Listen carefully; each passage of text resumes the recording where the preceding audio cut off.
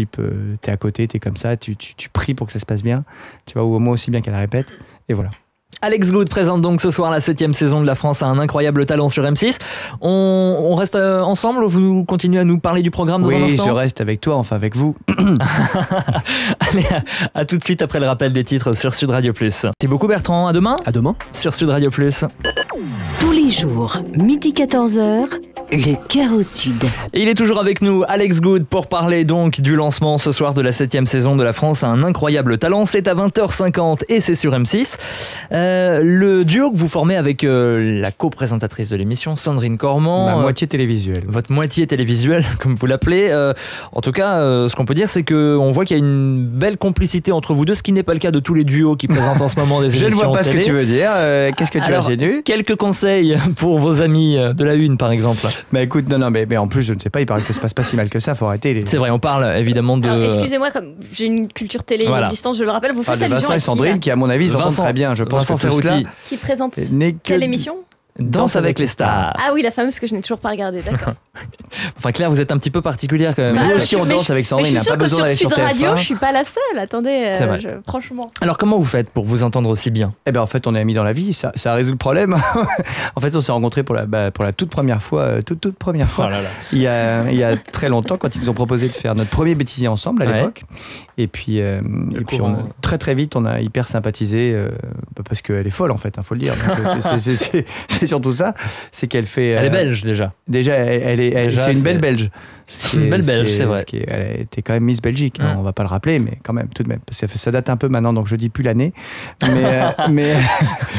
Mais voilà, non, mais c'est surtout qu'on est très amis dans la vie et que du coup, effectivement, voilà, quand on est à l'antenne, pour nous, c'est limite nos vacances, tu vois. Je devrais pas trop le dire, mais c'est vrai qu'on est super content de se retrouver à chaque fois parce qu'on se permet des trucs encore plus rigolos que ce qu'on fait quand on est en vacances ensemble. Donc, on peut faire un peu tout et n'importe quoi.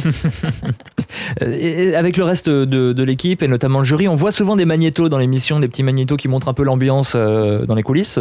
J'ai l'impression que tout le monde s'entend très bien et qu'il y a une osmose. Non, mais je pense que c'est vraiment aussi une des forces de l'émission. C'est vrai que ça fait maintenant 3 ans que c'est le même jury. Tu vois, on est tous très amis, mais pas que le jury, l'équipe de prod aussi, tu vois, Déborah, Roméo. On les connaît pas, mais voilà, bon. mais voilà, c'est tous les gens qui travaillent en production derrière, même les équipes d'M6 qui sont détachées à l'émission, parce que tu as des gens d'M6 qui sont là quand même pendant les tournages, tout ça, on forme vraiment une espèce de grande famille. Moi, le jury, si tu veux, Dave, on est très potes maintenant. Sophie, je lui ai écrit un spectacle qu'on monte à Las Vegas pour l'année prochaine, tu vois. Gilbert, j'ai travaillé pour lui il y a des années, donc c'est vrai qu'on se connaît tous vraiment très très bien et du coup ça rejaillit, je pense, à l'antenne, cette espèce de côté familial, bonne ambiance, tu vois, pas prise de tête du tout, jamais. Donc c'est vrai que ça fait aussi partie des forces de l'émission. Alors parmi les quelques critiques qui reviennent sur La France un incroyable talent. Il y a des critiques que j'ai jamais vues. Non. Qui a dit ça? Non, franchement, faut aller les chercher en plus. Très objectivement, faut aller les chercher. Et notamment celles sur les chanteurs. Pas mal de gens, et notamment sur Internet, disent il y a beaucoup de télécrochets. Pourquoi mettre également des chanteurs dans La France à un incroyable talent? La question que tu mets, parce que nous parlons de talent. Et donc le talent, ça peut aussi être en chanson, comme ça peut être parce que tu as des beaux pieds, pas comme Sandrine qui a des moches pieds, mais ça peut être la chanson. Et tu remarqueras d'ailleurs que contrairement aux télécrochets classiques, chez nous, quand il y a des chanteurs, ils ont toujours une particularité. Alors c'est peut-être l'âge, hein, tu verras dans cette... Il n'y a pas de limite d'âge, hein. Il n'y a pas de limite d'âge. Encore une fois, la plupart des télécrochets, il y a des limites d'âge. Il y a des limites d'âge. Déjà, en général, il n'y a pas de mineur, alors que nous, on en a. Tu vois, tu verras, cette année, on a un petit qui joue du piano en même temps qu'il chante et qui met le feu à n'importe quelle salle, hein, je te mets au défi. Et on a, par exemple, André Gilles, qui était le prof de chant de Jérôme Anthony, car Jérôme Anthony fut chanteur. Époque, Dieu merci, oubliée.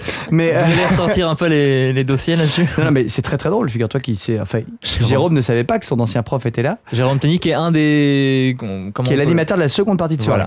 Il y aura un... Toujours, il y a un ça continue. C'est quoi? C'est des... Parce que alors, vous dites qu'il y a déjà des magnétos des coulisses, donc alors, ça va être un peu la même chose. Tu vois encore plus les coulisses, et on en profite aussi, tu sais que Incroyable Talent, c'est une émission qui existe dans le monde entier, dans beaucoup de pays, donc on voit chaque année les meilleurs numéros des autres pays.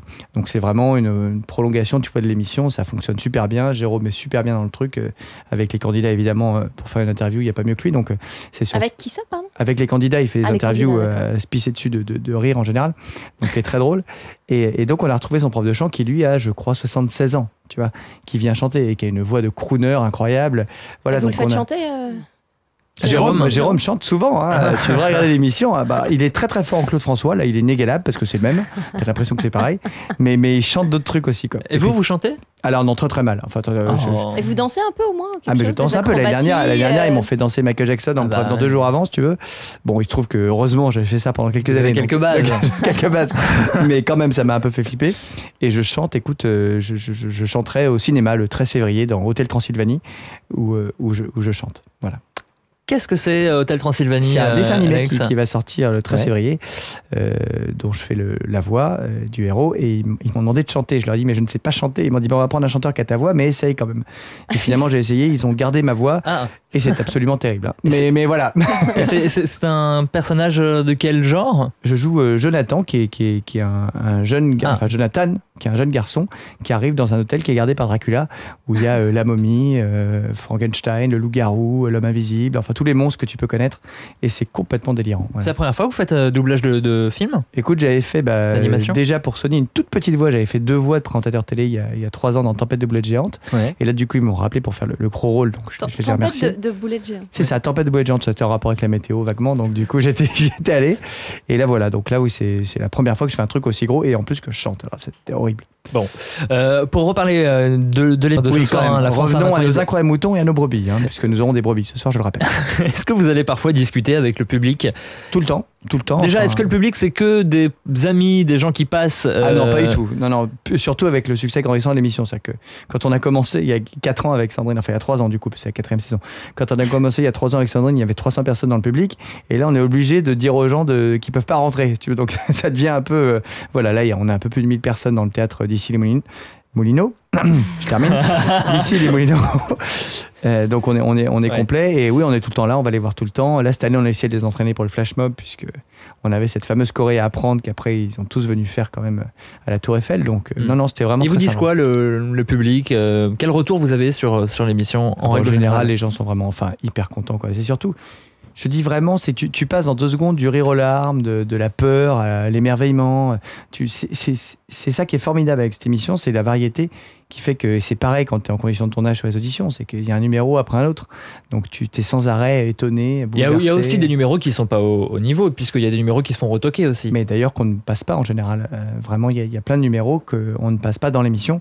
Alors ils sont passés aux auditions, mais on les passe pas dans l'émission parce qu'ils étaient pas au niveau, tu vois. Voilà. Après, il y a des trucs... Ah, il n'y a pas un côté bêtisier où on montre justement les trucs un peu loupés Non, parce que... Enfin, le loupé, non. Voilà. Non, mais après, il y a des trucs qui sont volontairement bizarres, si tu veux. Ouais. Quand tu vois ce soir, on commence par Maxou le chien. Maxou le chien, si tu veux, c'est-à-dire qu'il est rentré en scène.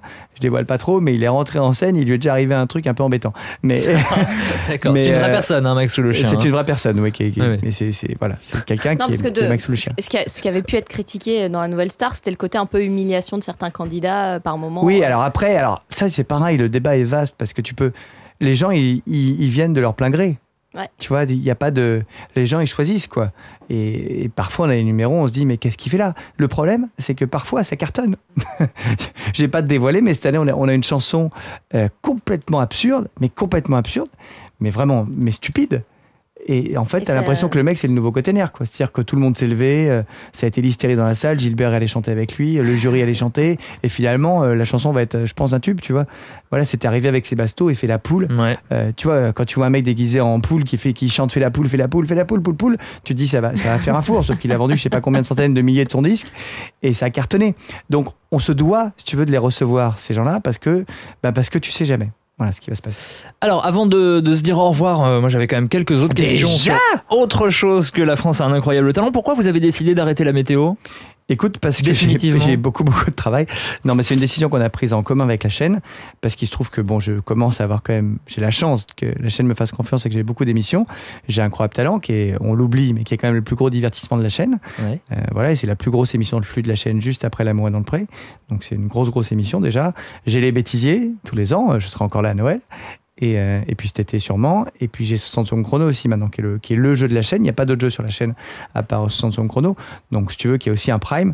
Donc voilà, j'ai déjà beaucoup d'émissions, et tout ça c'est beaucoup de travail, plus tout ce que je fais à côté, notamment le spectacle Las Vegas de Sophie, plus le cinéma maintenant et tout ça. Donc voilà, on a décidé qu'à un moment donné je pouvais pas être partout, et puis que voilà, il valait mieux que je dépense mon énergie à fond au bon moment. Alors 60 secondes de chrono, c'était donc cet été. Quel bilan vous tirez de l'expérience ? Bah super, surtout que ça a marché. C'est surtout ça, si tu veux. Nous, on s'est éclaté à le faire. Bon, moi, c'était la première fois que j'avais un aussi gros truc tout seul, tu vois, donc j'avais un peu les pépettes quand même, sauvagement. Mais bon, voilà, ça s'est super bien passé. On s'est vraiment beaucoup amusé. Et puis, on a eu surtout beaucoup de gagnants. Ça revient quand ? Notamment la famille du Mang. Bah, je peux pas te le dire pour des raisons de confidentialité d'antenne. Ça va revenir alors. Oui, ça revient, bien sûr. Ça avant la fin de l'année ? Ça revient bientôt. Voilà. magie. Non, ça revient bientôt. Voilà, t'inquiète pas. Vous serez en tout cas avec les bêtisiers à Noël ? À Noël, oui, bien sûr, comme d'hab. Bon, très bien. On ne change pas. Les jeux, en tout cas, c'est ce vers quoi vous voulez vous diriger ? Écoute, très honnêtement, les jeux ou talents, comme... moi, j'adore les gens, en fait, j'aime bien parler avec les gens, hein, avec toi, avec vous. J'aime bien parler avec tout le monde et j'adore cette espèce de rapport qu'on peut avoir. Et puis surtout, j'aime bien m'amuser. Donc, quand tu es sur Incroyable Talent ou sur un jeu, tu es pile poil raccord. Le seul truc sur Samsung Chrono, si tu veux, c'est que je me suis aperçu que si je déconnais trop avec les candidats, en fait, ils étaient hyper mauvais dans les épreuves. Ah oui, vous les déconcentrez. Parce qu'ils étaient genre, ouais, ukulélé, il est drôle, Alex. Ouais, bon, bah, je me suis croûté, mais c'est pas grave. Donc, du coup, volontairement, si tu veux, après, je me suis dit, bon, attends, je vais être un peu plus sérieux. Je vais les laisser se concentrer. Parce que sinon, non, mais franchement, je te jure, franchement, on l'a vu sur les essais, dès que je faisais trop de blagues ou trop de ukulélé avant, ils partaient dans l'épreuve, et c'est quand même des épreuves qui demandent de la concentration, ils partaient tellement décontractés qu'ils faisaient n'importe quoi. Donc après, j'ai essayé d'être un peu plus sérieux. Et la comédie, vous avez dit tout à l'heure que vous avez débuté sur scène, le métier. Est-ce que ça vous manque pas à la scène ? Mais j'y reviens, pas de panique. Ah, non, vous allez revenir. Depuis que je suis sur M6, c'est vrai que je suis pas beaucoup allé au théâtre, moi en tant qu'acteur, j'ai beaucoup fait en tant que metteur en scène, notamment Anne Bernex, qui est en ce moment à la Comédie des Boulevards, jeudi, vendredi et samedi, allez voir, c'est formidable.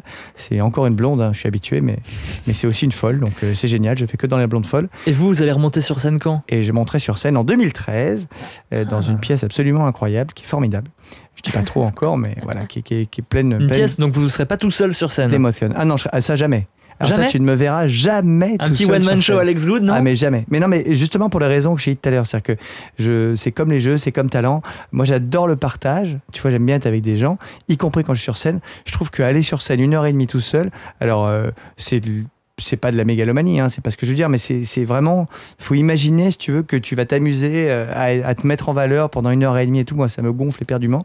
Donc, je préfère être avec des gens, échanger et faire des blagues, même sur scène, qui se voient pas forcément du public. Mais, et incarner un héros récurrent à la télé, comme le font vos camarades Valérie Damido et Stéphane Plaza. Ça, c'est une autre possibilité que j'ai déjà dit. Un héros récurrent. Alors ça, c'était très flatteur pour Valérie Damido et Stéphane Plaza. Mais oui, ce sont des... Tu ne sais pas qu'ils font Victoire Bono pour... Victoire ce sont des films en fait. Ah, voilà, moi je pensais simplement à leur émission en fait. Non. Ça, c'est quelque chose qui également pourrait vous plaire ? Bah, c'est la comédie, oui, bien sûr. Donc, ça va arriver, mon métier ça de base. Ah, bah, je sais pas, faut qu'on discute avec M6. Non, mais. Vous en avez déjà discuté avec eux ? Écoute, on en a déjà parlé, oui, non, mais voilà, c'est sûr. Mais après, moi, j'ai envie de faire des trucs un peu barré, donc c'est pas forcément le truc les plus grand public de la Terre, tu vois. Voilà, c'est pas forcément en prime time sur M6. Bon, toute dernière question avant de vous quitter. Est-ce que vous êtes devenu plus raisonnable ? Je suis tombé sur une interview d'il y a 4-5 ans où vous disiez, Alex Good, j'ai une collection de 1000 DVD et de 400 Blu-ray, budget mensuel 200 €. J'adore aussi les BD, j'en achète pour 100 € par mois. Non, j'ai pas changé. Et un jour, je me suis endetté sur 5 ans pour avoir une télé à 7000 €. Eh ben écoute, c'était exactement ça. Tu viens de taper sur pile les trucs que j'aime bien. C'est-à-dire que je joue beaucoup aux jeux vidéo, j'adore lire des BD et j'adore regarder des Blu-ray. Et donc évidemment pour tout ça, l'idéal, bon pas pour les BD, hein, mais pour les Blu-ray et les jeux vidéo, la grosse télé c'est bien. Et là je suis en train de me dire, est-ce que je craque ? J'ai vu une télé de 80 pouces, tu vois, un truc monstrueux. Toujours plus grand. 80 pouces, ça fait presque 2 mètres. Et c'est vraiment, mais c'est mon kiff, tu vois, je m'en fiche des voitures. Chez vous et d'aller au ciné. Oui, non mais c'est vrai que je fais très souvent des séances à la maison. Non mais je me fiche des voitures, tu vois, je me fiche des montres, je me fiche de tout ça. J'achète rien qui coûte cher, sauf la télé. C'est le seul truc qui est important pour moi. Voilà. Et effectivement, je lis encore beaucoup de BD et voilà. Alex Good, on vous retrouve donc ce soir à 20h50 sur M6 pour la 7e saison de La France a un incroyable talent, et puis avant la fin de l'année pour 60 secondes chrono. Je ne le dirai pas, mais il est têtu comme une... Dis donc. Merci infiniment Alex d'avoir été avec nous aujourd'hui.